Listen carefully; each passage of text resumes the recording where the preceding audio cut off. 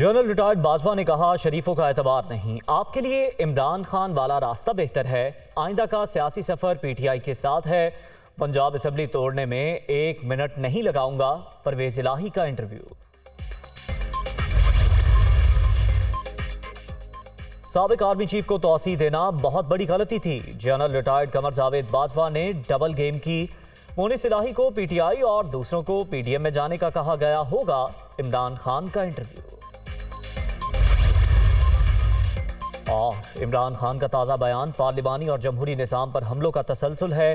PTI chairman सिर्फ और सिर्फ इक़्तिदार में वापसी की ख्वाहिशमंद, चाहे मुल्क का नुकसान हो जाए, वो किसी भी तौर पर अपने मकसद का हुसूल चाहते हैं। वज़ीर आज़म शहबाज शरीफ का ट्वीट।